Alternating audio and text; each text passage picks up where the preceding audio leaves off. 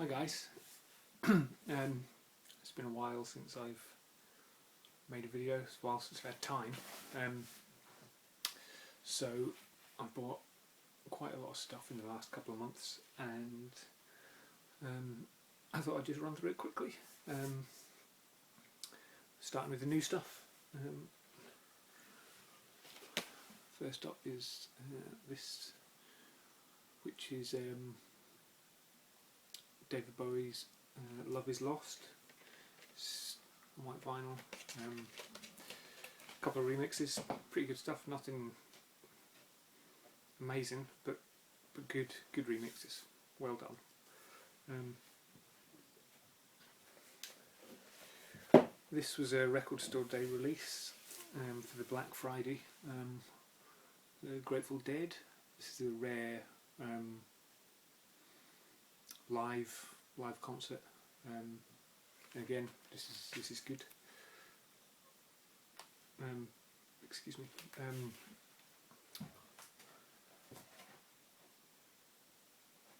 A lot of acoustic stuff. I think it's an acoustic concert, which is why I liked it. I'm not going to say I liked it more, but it was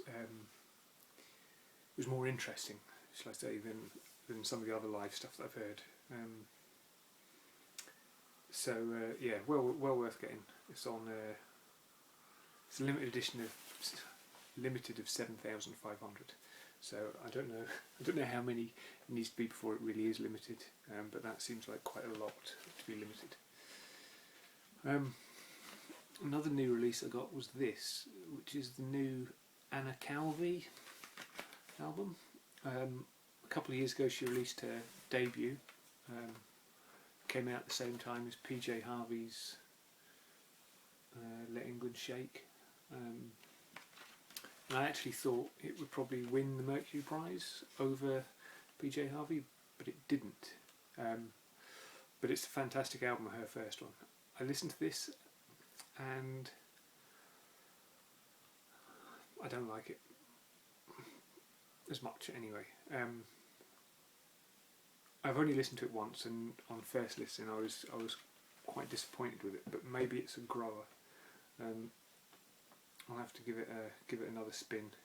Maybe I just wasn't in the mood for it. It's a slight change in direction, but I wasn't so keen. And final new release I bought in the last couple of months is this, which is the new Flaming Lips album, called Peace Swords, which I think was released as a Black Friday release in the States. It's just got a normal release here. That's quite often seems to be the way. The US Record Store Day stuff just gets a normal release here, and things that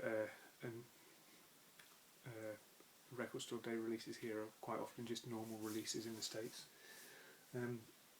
But anyway, so they're the first kind of. Flaming Lips is good. It's not. It doesn't have the standout tracks in it, which most of the other albums of theirs have got, but it's still pretty good. I sometimes think that the standard of their stuff is so high that when you hear something, I can't remember who else, somebody else has said this in the VC quite recently. If this had been another band that had released this album, they'd probably gone, oh, that's a great album. But it's not one of the Flaming Lips' best, but it's still really good. So then we get on to the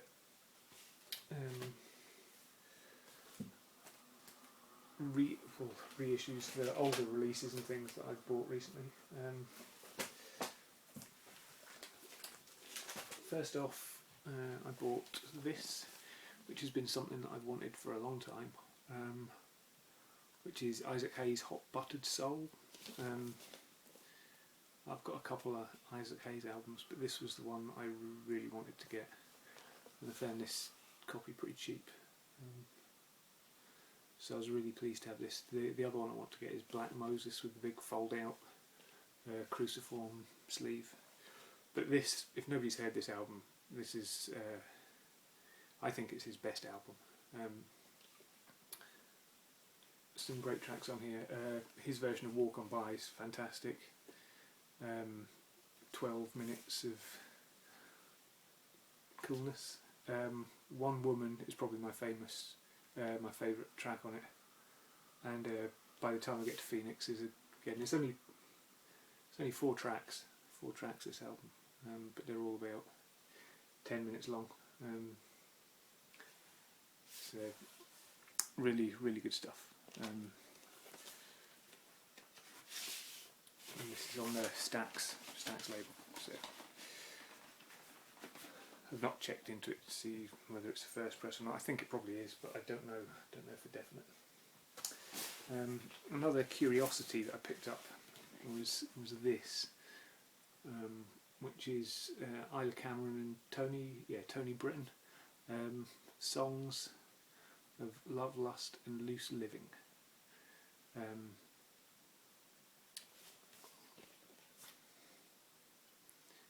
This is I really just bought this because, as far as I'm aware, it's the first.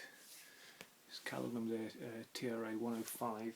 As far as I'm aware, it's the first album that was released on the Transatlantic label, which is one of the labels that I really like. It's a kind of strange mixture of songs, some of which are probably not very politically correct anymore,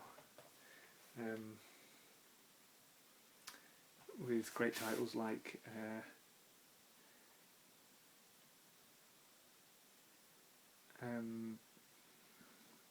The Art of Love,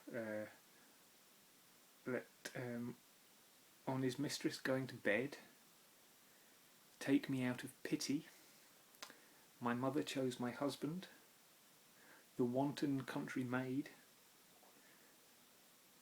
After the Pangs of a Desperate Lover,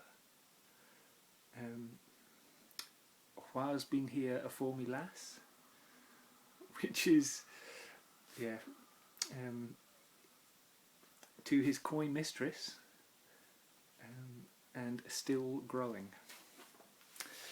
So there we go. So that was an interesting listen. A lot of kind of traditional and contemporary songs about love and lust and loose living. A couple of reissues that I picked up. First, this one. This is an album by Tomorrow. It was originally released on Parlophone, but original pressings of it go for, I think the last 2 I saw went for about 250 and 500 quid, so I won't be getting an original one. But this is a fantastic album. Psychedelic greatness. Most famous track on this is probably My White Bicycle, which I think they had a hit with. But yeah, they've also got a cover of Strawberry Fields Forever.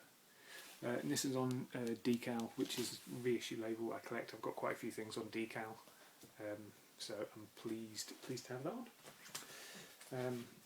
Another thing again on the same label is this. Obviously most people in the VC will know what this is. 13th Floor Elevators. This got reissued quite recently, but this was the Decal one was the one I was after. Great album. I sometimes find his I forgot what it's called now, his electric jug thing kind of slightly overpowering sometimes in this. The Easter Everywhere, I think, is their best album, but this is the one that kind of catches everyone's eye, mainly because of the cover. But great, so I'm pleased to have that. I picked up this, which is Capability Brown. Didn't know anything about this. I like the cover, and it's a bit worn, but it's on the Pink Charisma, which is another classic label. And I actually expected it to be a lot more kind of pastoral, for want of a better word. With a name like Capability Brown, who, let's face it, was a kind of glorified gardener, and this kind of scene on the front, I expected it to be quite ambient's not the right word, but a bit more relaxed prog. But it's actually quite hard rock. Obviously more proggy, progressive, but also these guys have probably got the best vocal harmonies of any actual kind of rock group that, as far as I'm aware, I've ever heard. Just unbelievably good harmonies on this, and definitely well worth checking out. So that leaves me with my final 3 items that I've picked up, all of which came from the same place. First one is Grateful Dead, Anthems of the Sun. This is original UK press, laminated front sleeve. It's in lovely condition. The guys that I got these last 3 items from have just got unbelievably good. You name in like a dream record and they have it, and they're slowly selling off their collection. But they've had, Fairfield Parlour, they've had Comus, they've sold it out, they've got the SAR album, you name it, they've got it, and or had it, because they've been selling a lot of stuff off. But unbelievable collection of stuff. So I got this off them. Really pleased with this. It's original UK pressing on the orange Warner Brothers label. And it's a great album. Doesn't really need any introduction. Another item that they bought off them, which is one that I wanted for a long time, is Loves Da Capo. This is the original UK press. Now, when this was released in the UK, a lot of the sleeves, the original first pressings, their sleeves, they had the US sleeve, but a small number of them got this fully laminated UK sleeve. So this is the kind. I don't think value-wise there's any difference, but I think these UK ones are rarer, as far as I'm aware. So this is original UK mono up to capo, and again it's on the Electra label, and it's a great album. Again, I'll be no stranger to many of the VC members. And finally, the last album that I've picked up from them, which is something that I've wanted again for a long time, is this, which is Elmer Gantry's Velvet Opera. And if nobody's heard this, I really suggest, it's on YouTube, the whole thing's on YouTube. I really suggest you check this out. They started off as a kind of bluesy soul blues band, and ended up supporting Pink Floyd in the early days of Pink Floyd, and they caught the psychedelic bug, and I think a couple of bandmates swapped and they released this album. They didn't swap with Pink Floyd, but I think they changed their drummer or maybe one of their guitarists or something, and recorded this album, which is just fantastic. Lyrically it's maybe a bit scratchy in places, but the intro and Mother Rights is this track here, Mother Rights, is just fantastic. Mary Jane, great song. I think it actually got banned off the radio for obvious reasons. Flames, I think Flames has been, I think Led Zeppelin have covered that actually, and done that in a few gigs. But yeah, this is just a fantastic album. Again, this is an original UK pressing, nice shiny laminated sleeve, and on the Direction label.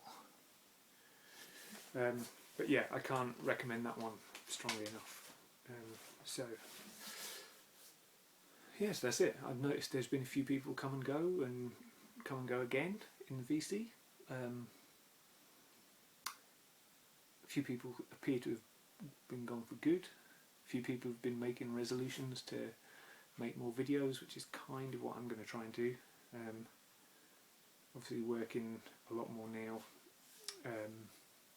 finding time to make videos is sometimes a bit tricky. But I finally succumbed to the Google Plus, so I don't know exactly how it works. I've not delved into it too much, and in fact I've been watching a few videos in the run up to actually convert it to Google Plus, but I've not been commenting on them because it hasn't been allowing me to. I've commented on a couple of things recently, but again I don't know whether you can directly reply to comments and things, so these are all things I'll need to learn and look into.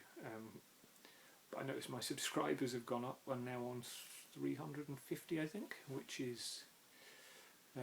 I'm quite surprised about. And I still keep in quite high.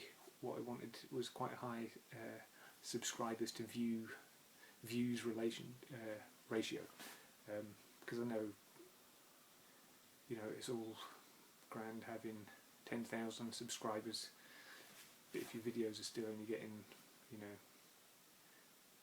I don't know, even 800 views, I don't know what I'm trying to say. I don't know, I'm just rambling here. But anyway, I'm back. It's good to see some of the familiar faces still making videos. Andreas has made a couple recently, which are always good fun to watch. Mark, obviously Dr. Deadwax. I think it's about time he did another contest. I think he did one the other day, so that must be at least 4 days ago since his last contest. So he's slipping a bit, which frankly isn't good enough. And yeah, he'll probably get reprimanded. I might even actually kick him out of the VC. And he can go and make videos on something else, I don't know. Yeah, I've run out of things to say now.